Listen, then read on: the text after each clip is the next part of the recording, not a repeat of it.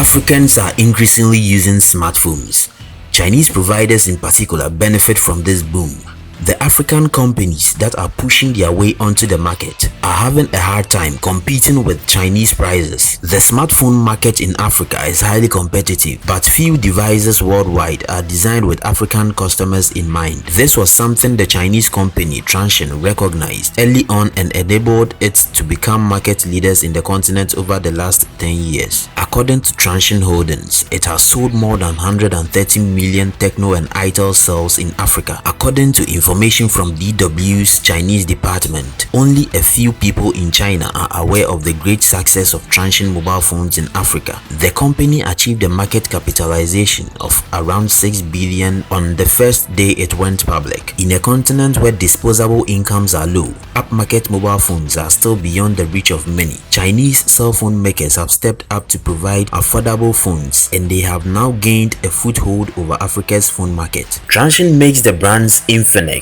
Tecno and Itel. These brands have become the most common phones in Africa because of their affordability to the people. On their website, the company's description points to a company keen on providing as much mobile services to emerging markets. The company holds the largest market share of phone market in Africa. Transsion has become the #1 maker of phones in Africa. Other companies too are making their intentions felt as far as grabbing the phone market in Africa is concerned. Oppo and Vivo have made significant inroads in the African market. Alcatel-Lucent is another brand that is common in Africa. It is a split-off venture of Nokia. The phones are rebranded by other cell phone makers such as Safaricom's Neon. The phones are made in China in a joint venture with TCL, which is a Chinese home appliance maker. And then there is Huawei, a Chinese giant that has not only covered emerging markets in Africa but worldwide. Huawei is miles ahead as it is a preferable option to the more upmarket Samsung models and iPhones. Making affordable phones for the African market has become an area of expertise for the Chinese phone makers, while other makers such as Samsung and Apple have focused on luxurious models for the upmarket target audience. Chinese phone makers have made it their mission to provide cheap phones in Africa, and this phenomenon started with these makers imitating the models of more popular phones. They developed simple, cheap imitations that attracted huge loyalty, and because of this gap first filled in China, they decided to spread their wings to Africa, where attaining such popular but expensive phone is beyond the reach of many. The majority of these Chinese phone makers have failed to penetrate the Chinese phone market sizably due to the saturation of that market. Hence, spreading wings to Africa has been a viable and massively profitable venture for these phone makers.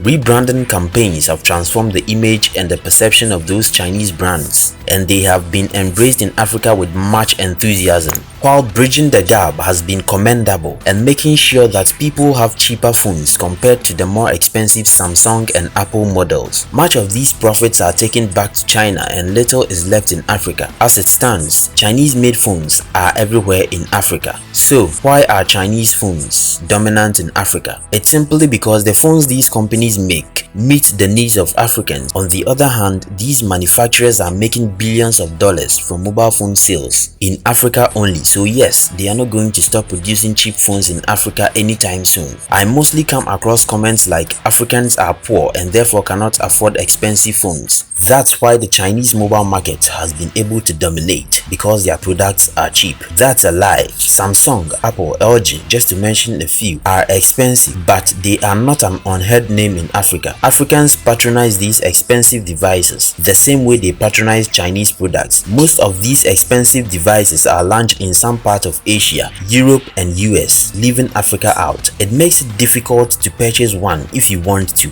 Shopping online is an option, but the stress and port duties one has to pay is a different topic for another day. People can't wait than to go to a nearby shop and get a Chinese phone similar with same specs and functions as compared to the one they would have purchased online. This gap has been filled by Chinese companies and truly has solved a lot of communication issues on the continent. If cheap devices with higher specs as compared to top-end mobile devices who never consider selling to Africans are going to make Africans their first priority, then surely these devices manufactured by Chinese companies are going to be dominant for a very long time. If you love this video, kindly subscribe and share. My name is King Kunta. Peace out.